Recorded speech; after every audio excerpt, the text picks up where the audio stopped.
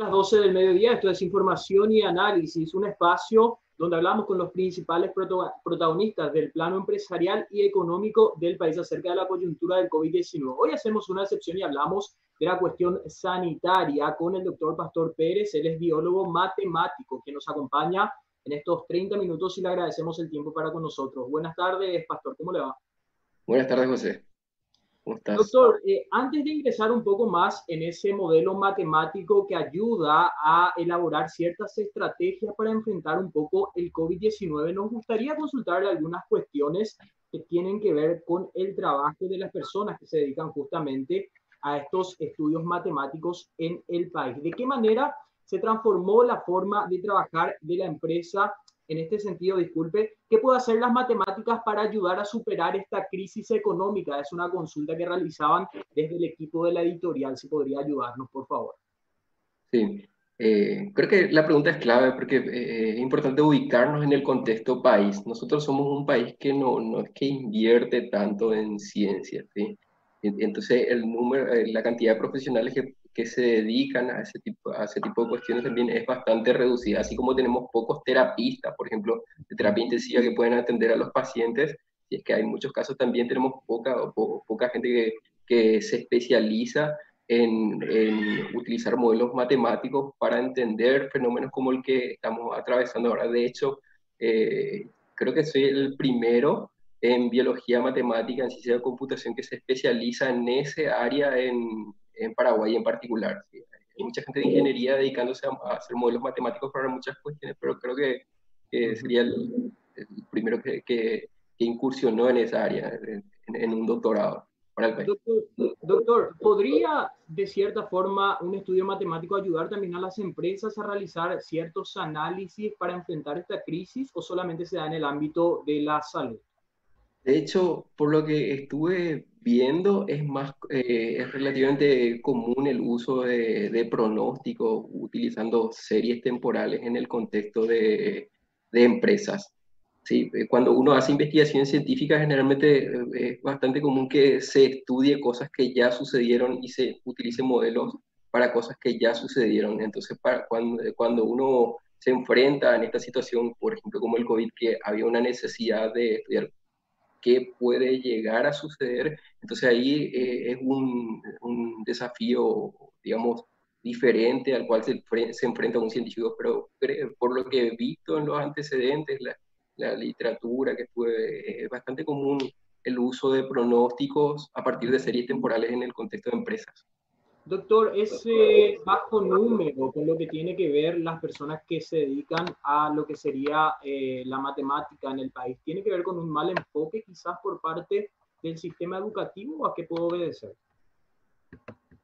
Eh, yo creo que tiene que ver con la inversión, por un lado en educación y la inversión en ciencia. Y siempre, para ponerlo en contexto, pues es bueno hacer comparaciones. Nuestro país, comparativamente a otros países de la región, tiene una inversión muy baja en ciencia.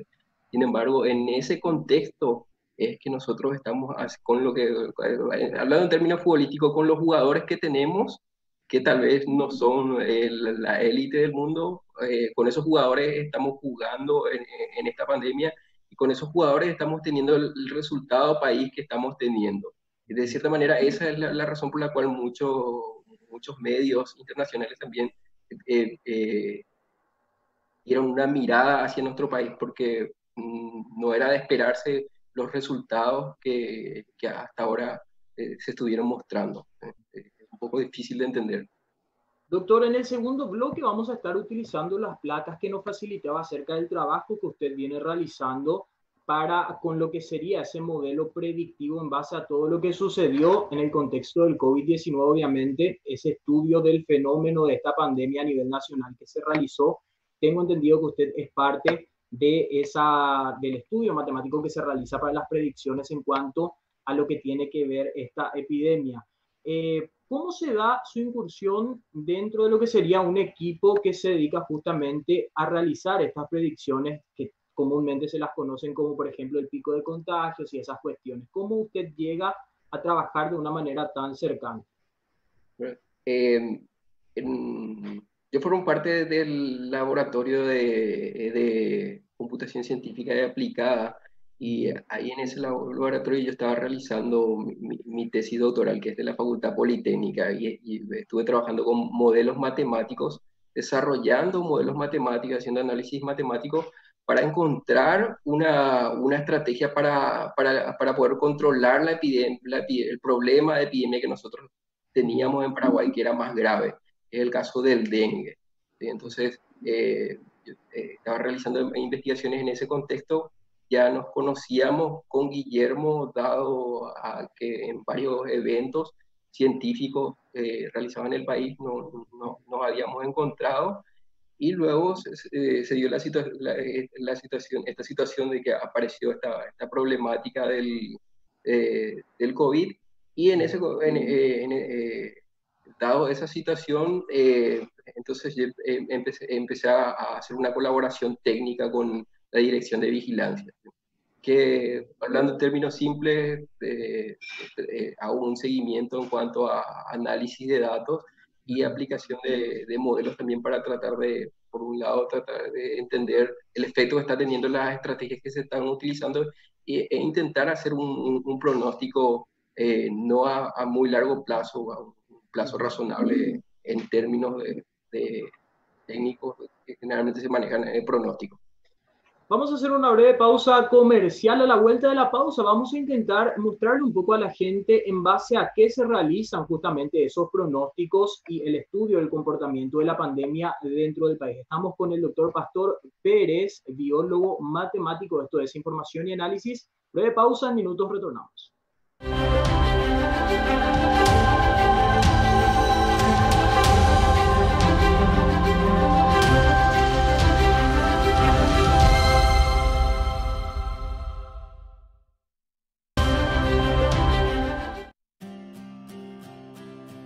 Invertí en tiempo para vos. Invertí en tener el control. Invertí en lo que te da confianza. Invertí en su futuro. Invertí en nuevas oportunidades. Invertí en trato personalizado. Invertí en vos mismo. Descubrí nuevas alternativas de inversión. Puente. Soluciones financieras.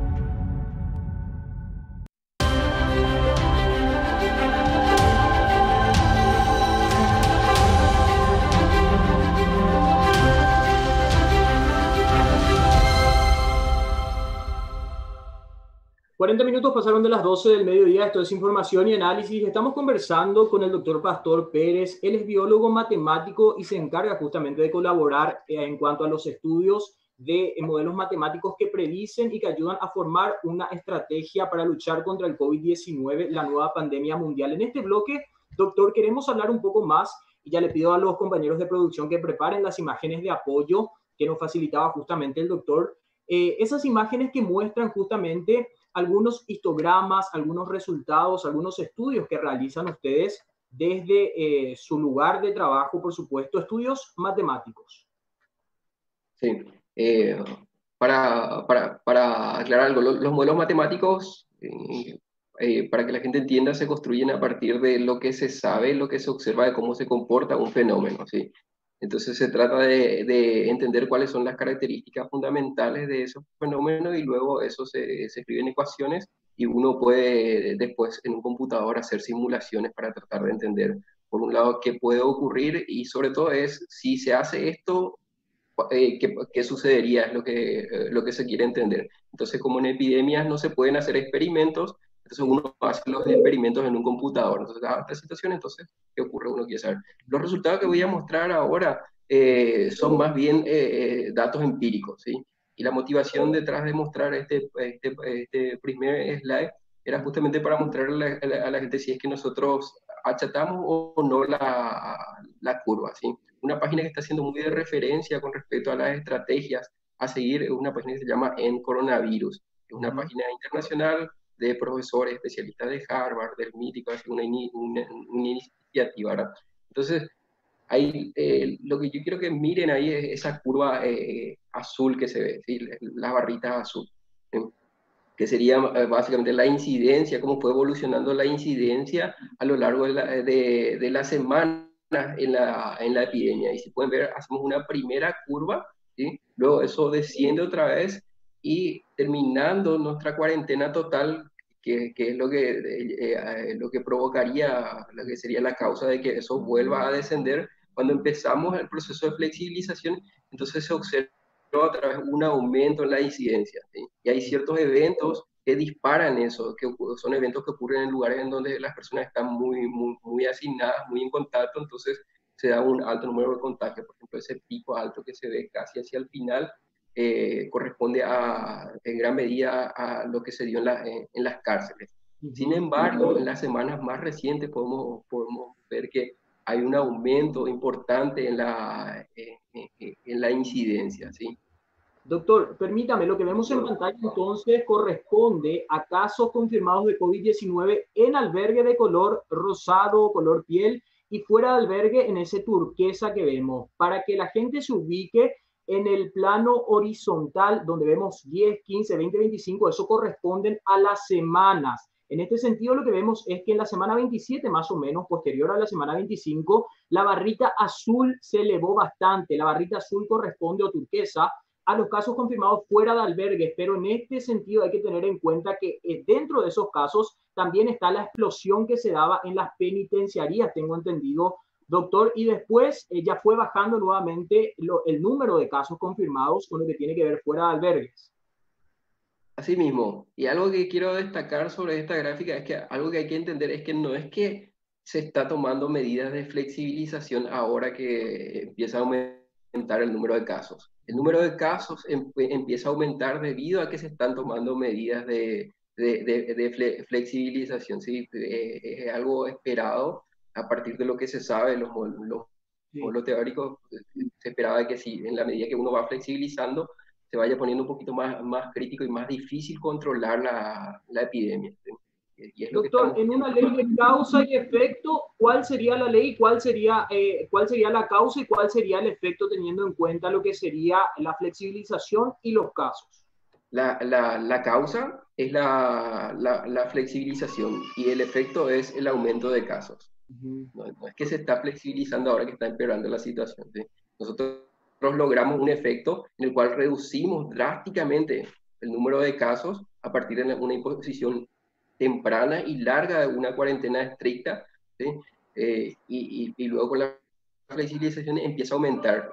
Una nota en el New York Times creo que hablaba de una estrategia lo describía el martillo y la danza, era el título, ¿sí? Nosotros le dimos un martillo a la epidemia, tiramos la curva para abajo y ahora lo que estamos haciendo, estamos danzando. Entonces, partiendo del comportamiento colectivo, va a empezar a aumentar, vamos a tomar medidas y vamos a mandar otra vez para abajo si es posible. Entonces, siempre que podamos controlar, vamos a tener ese efecto. Y se daría múltiples máximos. A producción le pedimos la segunda imagen, que es justamente lo que observamos en la segunda imagen que nos facilitaba el doctor, en donde veíamos en una línea, en líneas más bien, cambiamos las barritas por las líneas y vemos en pantalla, doctor, la segunda imagen que nos facilitó, que tiene que ver ya con esos casos, y vemos esa curva que iba para arriba y finalmente se acható. Así mismo, esa sería la curva de casos activos en el eje Y. Son total de casos activos que en un momento dado se encuentran enfermos y luego se van recuperando, ¿sí? Entonces, primero nosotros vemos que se da como un máximo entre la semana de abril del 6 a abril del 27, más o menos, antes de llegar a mayo, y luego se da una reducción total, ¿sí? Que eso sería lo que logramos nosotros con nuestra cuarentena, sería el martillo que nosotros le dimos a la curva. Y luego empezamos a ensayar nuestras flexibilizaciones para atender cuestiones sociales, económicas, porque no podemos estar eternamente en cuarentena. Y entonces ahí se puede ver entonces cómo repercute esas decisiones. Y a medida que se va flexibilizando, en el caso de la flexibilización moderada, vemos ese aumento drástico, repentino en número de casos, ¿eh? Esa aceleración. Y vemos en pantalla los dos colores nuevamente que corresponden a lo que serían casos de albergue y fueras de albergue. Doctor, tenemos que marcar una brevísima pausa. A la vuelta de la pausa vamos a hablar de dos métodos, el método CEIR y el método CIR, que también fueron métodos utilizados para los estudios matemáticos que se realizaron. No te despegues de las pantallas de 5 Días TV.